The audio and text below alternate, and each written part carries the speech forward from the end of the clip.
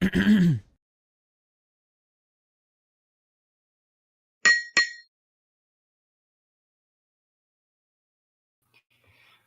hello, and welcome to another episode of Meet the Experts. I am your host, Jay Vicks. I own a digital marketing agency in the Greensboro, North Carolina area, and this show was designed. If this is your first time or you're new to what Meet the Experts is, we designed this as a way to use our tools, technology, and talents to give business owners and entrepreneurs and leaders and experts in their field a platform. A video platform for them to talk about who they are, what they do, who they help, what makes them special, and a whole bunch of other things. And then we give the owner the content. It's their video at that point for their marketing, and we do it at no cost. So if you want to learn how to be a guest on Meet the Experts, you have to stay tuned to the end of the episode, and I will tell you exactly how to be a guest on the show in the future. In the meantime, sorry, I'm a little hoarse today. It's the second show I've done today. In the meantime, let's get started. Today's guest has been described by peers and others as the Queen of Intimacy, and I really can't wait to learn all about that. She is a health and wellness expert, and let's bring up Dr. Jeanelle Perkins-Muhammed to the screne. Dr. Jeanelle, hi, how are you? I'm well. How are you? Thank Awesome. you for having me. Oh, I'm excited. We've talked about a little bit about what you do, and now I can't wait to kind of dive into that. So, but let's start with just the basics. Tell us a little bit more about who you are and what you do. Well, I am Dr. Jeanelle is what everybody generally calls me. I am a mental health expert, so I work a great deal with those who are in relationship, which technically is every experience, every encounter, and every engagement you have with another person. And so what I do is to help people understand how their mental health impacts those engagements, how they are behaving in those relationships. So whether it's your mom, your dad, your sister, brother, or it's your boyfriend, your spouse, or the one you're trying to pull into your ranks, it's really about what you're presenting. And oftentimes we don't realize that our mental wellness or a mental illness is having a tremendous impact on that. Okay, that's a lot there. So let's go deeper. So can you share some of your basic services and who they help on a more maybe a little bit more detailed level? Absolutely. So any individual or family that is seeking to learn how to be better at resolving conflict, at communicating, understanding whether or not they're actually experiencing anxiety or depression, and potentially even I do some diagnosis with personality disorders, and how those disorders may be impacting the relationships that they're having. So for example, I have a client who walks through the door who says, I feel a bit hopeless, like none of the people that I'm connecting with understand me. And then we begin to have the conversations about their history. When did this start to occur? How often does it occur? Who exactly is telling you that they're not able to communicate effectively? And then we start to delve into their person. What are they doing such that their emotional instability may actually be creating behaviors?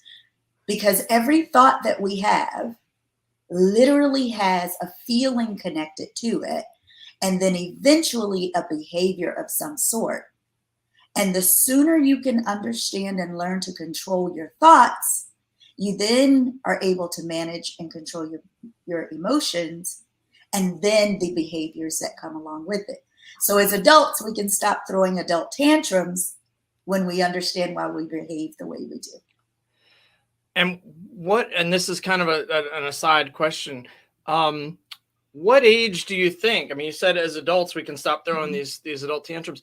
At what age do you think that most people are able to start really identifying these thoughts that lead to these behaviors? Honestly, as early as preschool. Wow. We work with social emotional learning, And it literally teaches children how to recognize the emotions that they're having, how to recognize when something is a thought or a fact.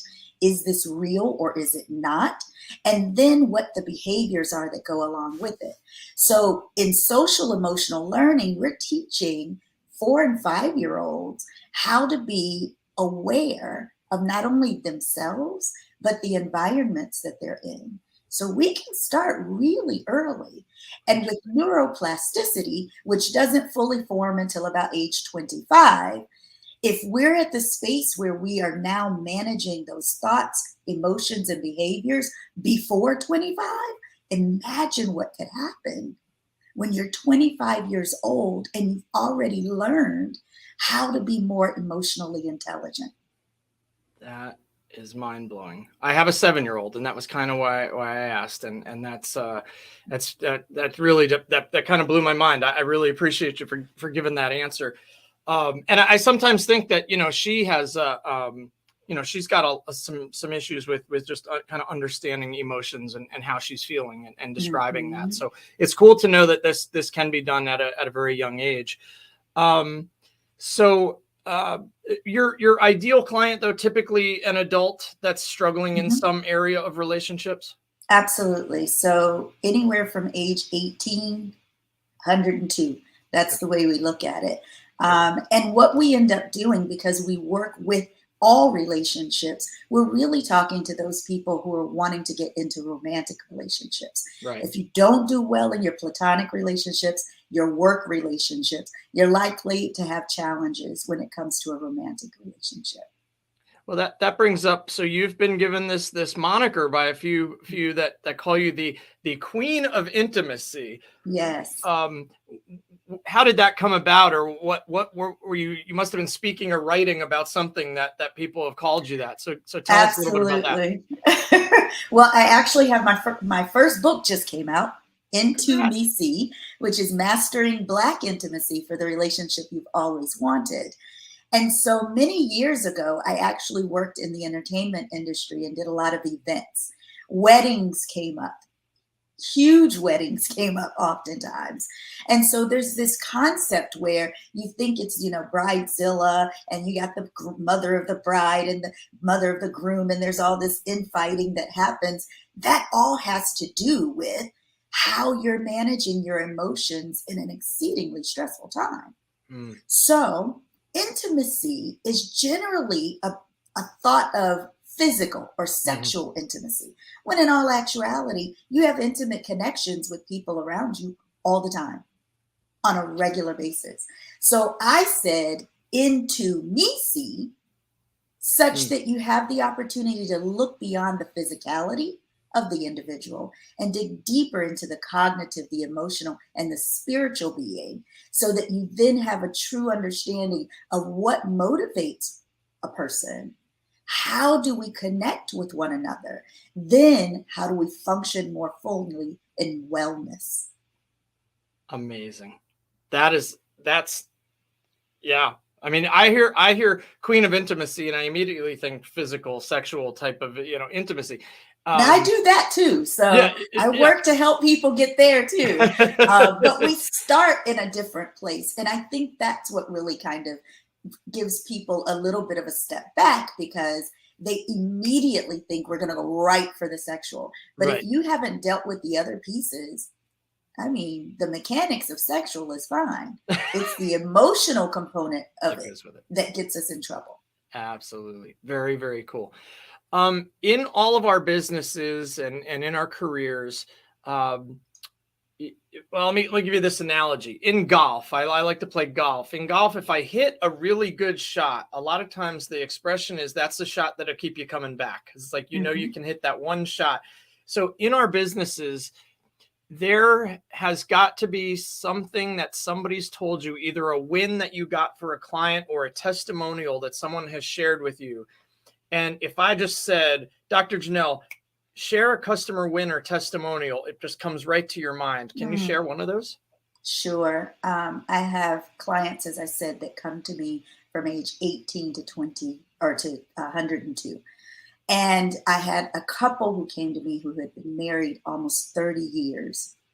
30 years who were really struggling with a lot of infidelity and just a lack of communication in a number of areas.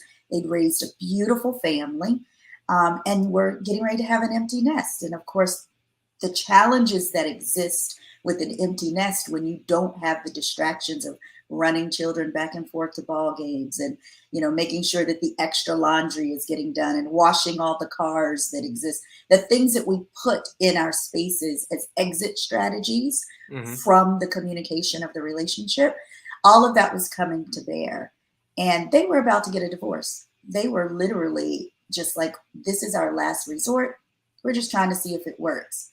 And I can say that now, 4 years later, they're still together and have chosen to do therapy individually so that they're working on their own insecurities so that they can be a much stronger family unit. And I see them every now and again, and they know I talk about them. And they're not the only ones. There are others that are similar. It really is about the commitment to doing the work of the therapy in this room. And every time that happens for me, where I see a couple that decides to stay together, regardless of how long they were together prior, I get goosebumps because it lets me know I walk in my purpose. That is super cool. I love that. Man, that's amazing. And after 30 years, you know, I mean, I'm looking at, you know, my wife and I are halfway there, right? We're 16 years married and you know, have a little one. So it mean, you know, you're talking about this stuff and I'm like, wow, I didn't think about like what it, you know, how the challenges that could be when all of a sudden all the craziness of, you know, running all over the place would slow down and just how to be prepared for that, you know, because I think it could be a lot of preparation. So you don't end up in counseling, you know, thinking about a divorce or something. How do you, you know, you start to navigate that ahead of time or plan for that or have that communication? Interestingly, that's about the maintenance and enrichment that we do. So we do these workshops where we help people to maintain what's going well and change what they'd like to tweak, right? So it's really about setting the expectations, making sure that the boundaries are in line because you change over time. No one who got married at 25 is the same at 55. Right. Doesn't work that way. Even the way you think, I mean, the world has changed. So the ways in which we think about things, that we want to behave, even the way that we want to connect with one another can change. Interesting. You're right. I mean, yeah, I'm totally. Everybody I know is totally different person than they were when I met them, you know, 20, 30, 40 years ago. So that's, we do change. That's awesome. All right. So I call this earned it, learned it, proved your authority. You are a doctor. You carry the title of doctor. So tell me how you got there. How did that happen? Years and years of work. So I started out at the University of Maryland and I got my bachelor's degree in communications, business communications. And it was really a matter of watching my parents, who were ministers, in working with couples because they ran the marriage and family counseling areas as well as the financial counseling area of our church. And so I thought I'd use this business communication stuff to kind of work with that space. But what ended up happening is I realized that we have this incredible grasp for spiritual things, particularly as African Americans. And for some reason, I saw what I call recidivism. My parents didn't like that word, but the people just kept coming back and forth.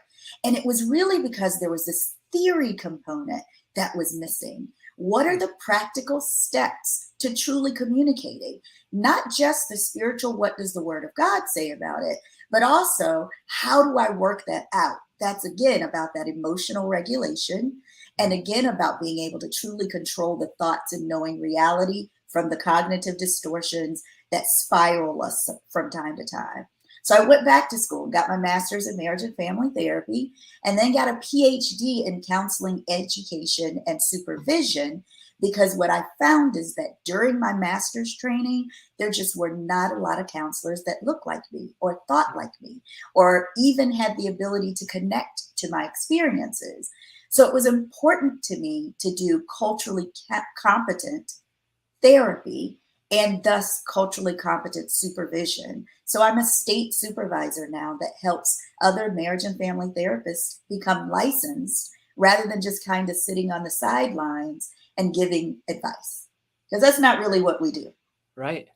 Talk about giving back and talk about like really understanding your niche, right? I mean, this is, if by focusing on, African American families, people, individuals, and knowing that there weren't a lot of others who looked like you and talked like you, and from just knowing that and knowing how much of a need that you saw, there was a need for it, and being able to dive in. I mean, we talk about it all the time in the marketing world. It's like, if you know that you are going to be if you're going to serve roofers and you have a plan to make roofers a lot more money, right? Then specialize in roofers and go do it, because now you're a specialist in that area. And it really seems like you found your niche, and you've just really just gone after it, and it's led to some amazing opportunities to give back. Absolutely. And I enjoy it immensely. I mean, I look at in the book, I delve deeply into some of the barriers that exist for our community. And one of the things that I talk about is the wealth gap. And I express the fact that one of the greatest generational wealths we can bestow is emotional and mental wellness. Because if we don't have the foundation of how to regulate the emotions around the stressors we experience, we will blow millions of dollars in no time flat through substance misuse and abuse, being depressed and therefore spending money erroneously, or even in just throwing away our ability to hold on to land or property or what have you that's been given to us because we're not stable in our emotions and not mentally stable enough to care for what's been left to us. That's that I can tell every word that comes out of your mouth. I can hear and feel the passion of what you do and how important it is to you. And it's a mission. So it really is it's really cool to listen. I could probably talk to you all day, but we both have other things to do. So I've got a couple more questions for you. Okay. And we're right on time. Don't rush. But this next question, I'm going to change gears a little bit. And I just want to know, if I say, Dr. Jeanelle, tell us a few things personally, professionally, just tell us something you're thankful for. Oh, wow. There are so many. I think I'm most grateful because my family, my parents in particular, did introduce me to the spiritual space that I live in. And it has impacted everything that I do. So I have tremendous faith that God will always work things out for my good and for the good of those who are around me. I'm grateful for my kids. I have two amazing daughters. They are so much fun. Sometimes they probably wish I weren't a therapist because I seem to kind of be able to follow what's getting ready to happen. And I'm able to kind of ward things off before they get too far down the path. But they are absolutely incredible. And I have to say that I'm really, really grateful to be able to do this work because my clients trust me enough. Corporations trust me enough. Organizations trust me enough to allow me to come into a space that is the most vulnerable, to share your true emotions, to share your trials, your traumas, the things that you've experienced that make up the worst parts of you sometimes can be very, very difficult. And so I'm grateful that I'm trusted in that way. Great answer. I think I was doing another episode recently, and I said, the more I ask that question to people, I'm beginning to think that it was a completely selfish question on my part, because I just want to hear what other people, because it impacts my perception of the world around me when I hear what other people are thankful for. And I will never stop asking that question, because I think it really keeps me looking at all the different things that I could be thankful for. So I appreciate every time I get a great answer like that. All right. Last question.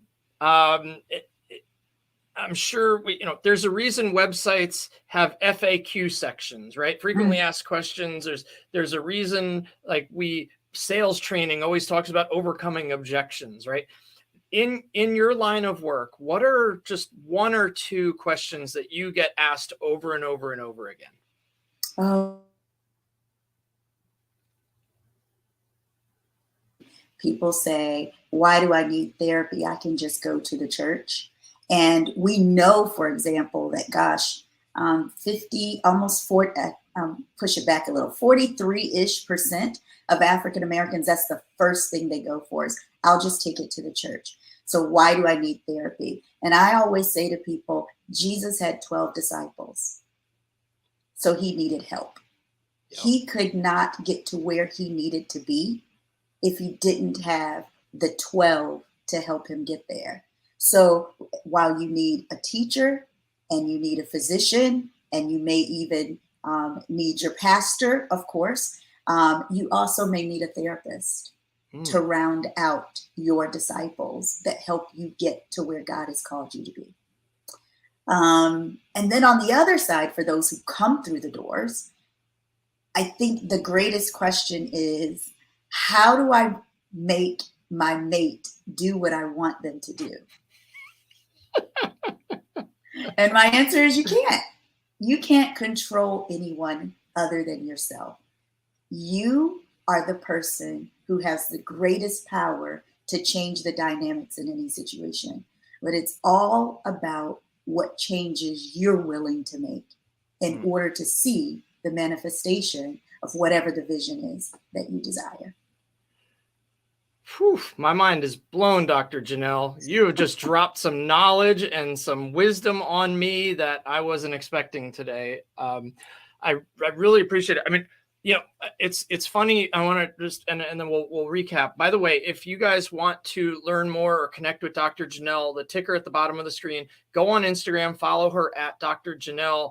Her book is Into Me See, right? And definitely, there it is. Definitely, especially if you're African American and in a relationship, or well, everybody is in a relationship, but if you're looking to build stronger relationships, I'm definitely gonna go ahead and say grab the book.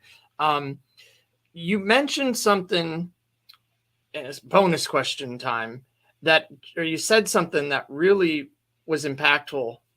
You talked about Jesus having the 12 disciples, and I never, in business, in my personal life, I've never really made that analogy before, like that Jesus needed these people to help him get to where he needed to go, and how often we need people in our lives, our disciples, to get to where we need to go. Is that something that you just thought about it philosophically and came up with that? Had somebody mentioned that to you before? I mean, how did that come about? Yeah, it was in my own brain. There's so many things turning in there. But yeah, I really thought about the fact that each of them played a role, even in his crucifixion, right? Judas played a role. Peter played a role. Every one of them played a role in one way or another in an effort to help the manifestation of the 5,000 being fed. They had to go take the little boy's 2 fishes, right? Right. Someone had to recognize that the little boy had them. So when I think about how incredibly connected we are to our spirituality, there's so many times we can see, but we don't think about it. We can see that our greater being still needed some assistance in an effort to make sure that the true vision came to pass. Wow. I love it. I'm going to look at my life and like, who are my disciples? Who are my 12 that are going to help me get to where I feel like I need to be or want to be at? And that I would encourage anybody to just think about that for a few minutes. Even if you're non-religious, think about that for a few minutes, because that's, that just makes a lot of sense. I'm so glad that you said that today. That's the big takeaway for me on this episode for sure. Listen, I hope everybody that watches this goes and follows you on Instagram, as will we. And I really do appreciate you coming on today. I promise I could sit and listen to you. If I were in Charleston, I'd have it just sign up for therapy just so I could sit and talk to you for a while. But I do appreciate all your time today. Thanks for coming on. Thank you. Take care. You too. Wow. Mind blown. That was a great episode of Meet the Experts with Dr. Jeanelle. I'm going to be thinking about a lot of that for a while. So if you somehow just caught the end of it, go back and watch the whole thing. I told you at the beginning, if you would like to be a future guest on Meet the Experts, I promised you I would show you how to do it. Costs you nothing. Go to www.meettheexpertspodcast.com, www.meettheexpertspodcast.com, and just read through what it is. It's all free. You fill out the application. We'll have you on if you're an entrepreneur, thought leader, business owner, whatever it is. Come on and let's talk about you and what makes your products and services awesome, and what sets you apart. And then afterwards, we'll just give you the video. Doesn't cost anything. So yeah, I hope you will consider being a guest on Meet the Experts, and maybe you'll blow my mind on your episode too.